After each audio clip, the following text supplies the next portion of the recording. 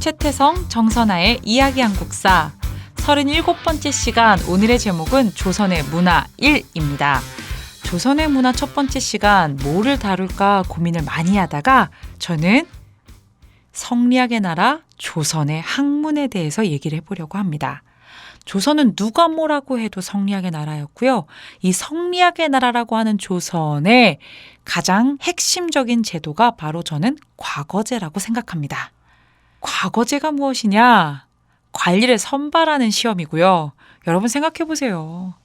불과 몇십 명밖에 뽑지 않은 이 나라의 시험인 과거를 통과한 이 과거 합격자를 배출한 집안은 그 당시 얼마나 뿌듯하고 얼마나 잘 나갔겠습니까? 과거는 고려 광종 때 처음 시작돼서 조선시대에 무엇보다도 확실한 관리 선발 제도로 자리매김했습니다. 이전에 고려 왕조의 경우에는요, 음서가요, 굉장히 비중이 컸어요. 음서란 무엇이냐? 5품 이상의 고위 관리의 자제가 시험 없이 바로 관직에 진출할 수 있는 대단한 특권이었는데요. 워낙에 대상도 넓었고요. 또 음서로 나가는 것에 대해서 사람들이 굉장히 좋아했어요.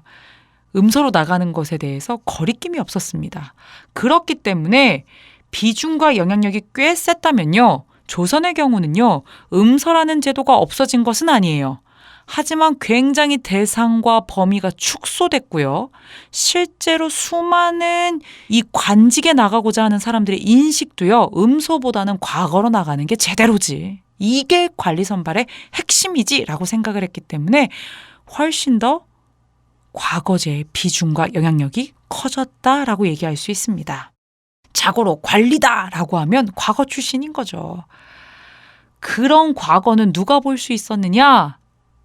법적으로는 천민이 아니면 누구나 볼 수 있었어요. 양인 이상이면 누구나 응시 가능한 시험, 이게 과거인데요.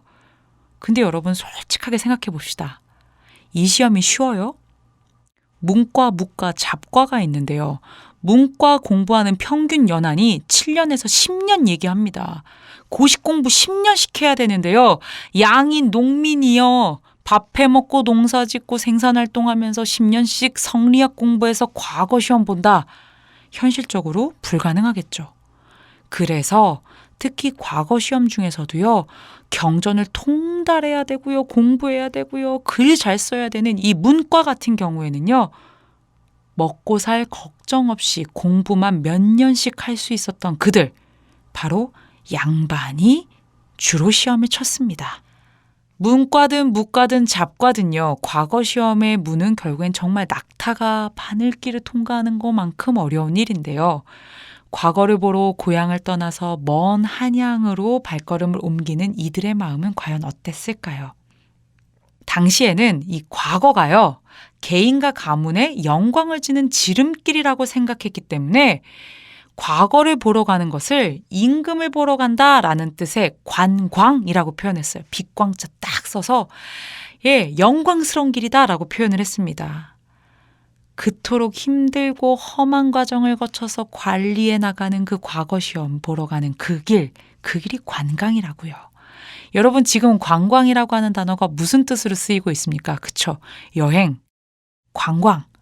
어딘가를 돌아보고 유람하는 그런 뜻으로 바뀌었는데요. 와, 굉장히 흥미롭지 않습니까? 과거를 보러 가는 그 길을 뜻했던 관광, 지금의 여행이라는 의미로 쓰이고 있다라는 것도 여러분이 과거제도와 함께 같이 기억해 줄 만한 일이 아닐까 싶습니다. 그렇다면 과거의 종류를 한번 살펴보려고 하는데요. 과거 시험에는요. 문과, 무과, 잡과가 있었어요. 시험에는 보통 이게 나오죠. 그렇죠? 문관을 뽑는 문과, 무관을 뽑는 무과, 기술관을 뽑는 잡과 이렇게 세 개고요. 기술관이라고 하는 거는요. 지금으로 얘기하면 굉장한 전문직 종사자들입니다. 통역관을 뽑는 역과, 법률관을 뽑는 율과, 의사의관을 뽑는 의과, 천문과 지리에 능한 자를 뽑는 음양과로 이 잡과는 나뉘었고요. 문과 하면 과거에서도 하이라이트입니다. 그래서 진짜로 조정의 신하들, 양반 관료들을 뽑는 시험이 바로 그 중에서도 문과였고요. 이 문과 시험을 공부하려면 여러분 바로 뭘 공부해야 되느냐? 성리학의 경전인 사서삼경을 통달할 뿐만 아니라 완벽하게 숙지하고 이해해서 답안을 쓸 수 있을 정도의 능력을 갖춘 자들이었고요. 이 문과에서 1등을 하거나 아니면 정말 시험을 잘 본 사람들을 우리가 장원급제자라고 얘기를 하는데요. 이러한 대표적인 신하들이 누가 있었습니까? 조광조, 이이 이런 사람들이 바로 문과에서 급제한 사람들이었죠. 문과하면 떠오르는 사람은 우리가 이순신 장군이 있을 텐데요. 말 그대로 국방을 담당하는 전문직인 양반의 또 다른 반, 문반과 무반할 때 바로 그 무반을 뽑는 무신관료를 뽑는 시험이 바로 문과였습니다. 문과, 잡과 중에 하이라이트가 되는 이 문과 시험을 보려면요. 이 문과 시험은 속과와 대과로 나누어서 진행을 했어요. 속과는 우선 유교 경전의 이해 정도를 알아보는 생원과와 시와 산문 등 문장력을 시험하는 진사과로 나뉘었고요. 이 속과는 각각 지역에서 한범초시라고 하는 시험을 보고요. 이 초시 합격자들에 한해서 한양에서 복시라고 하는 공개시험을 또 보는 것으로 진행이 됐습니다. 이렇게 속과 시험에만 합격을 해도요. 생원 진사라고 불렸고요. 이 속과 시험 합격자는요. 조선의 최고의 고등교육기관인 성균관에 입학할 수 있는 자격을 갖췄습니다. 이들은 장학생이 되어서 학비와 숙식비를 내지 않고 성균관에서 공부할 수 있었고요. 이렇게 성균관에서 공부한 자들 혹은 속과에 합격한 자들에 한해서 대과에 응시할 수 있게 되었습니다. 그리고 이 대과에 합격한 자들이 비로소 문과, 그쵸, 이렇게 가게 됩니다. 이 대과의 시험의 마지막 하이라이트가 바로 임금 앞에서 시험을 치는 전시이고요. 이 전시에서 임금은요, 순위를 매겨요. 그리고 여기서 1등하는 것을 장원급제라고 합니다. 장원급제자는요, 어사화라고 하는 거 있죠. 꽃 이렇게 달린 거. 그걸 머리에 쓰고요. 말을 타고 풍악을 올리면서 며칠씩 축하 파티를 하고 행진해 버렸습니다. 과거에만 합격하면 모든 길이 열린다라고 말할 정도로 과거의 영향력이 컸기 때문에 조선에서는요, 상상 초월하는 과거 시험의 부정행위가 속출하기도 했습니다. 대표적인 게 뭘까요? 답안지를 교체해버리는 거예요. 이거는 과거 시험을 주관하는 관리들을 매수해야만 가능한 일인데 이런 일이 있었다라는 거예요. 과거 시험은 손으로 죄다 쓰지 않습니까? 답안지를.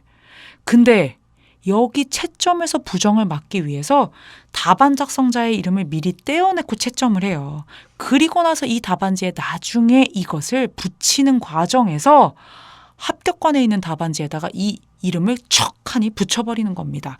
이런 식으로 관리들을 매수해서 과거 시험지를 바꿔버리는 그런 일들이 가장 많았고요. 심지어 시험을 대신 봐주는 경우도 있었다라고 합니다. 글 기가 막히게 잘 쓰는 사람이 대신 가서 대피를 하거나요.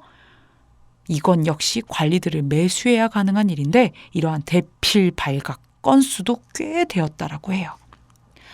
실록에 따르면요, 과거 시험에서 부정행위가 생각보다 잦아서 나중에는 이 부정행위자를 처형한 사건까지도 발생하게 돼요. 심지어 이 부정행위자가 한 명이라도 발생하게 되면 그 해당 과거 시험의 합격자 전체를 취소해버렸던 사례까지 생깁니다. 얼마나 억울해요. 7년씩, 10년씩, 15년씩 공부해서 나는 합격했는데 저 부정행위자 때문에 나의 합격까지 취소된다. 생각만 하면 억울하겠죠. 그만큼 이 조선에서 과거라고 하는 시험은 중요했고 절박했고 확실했다라는 뜻입니다.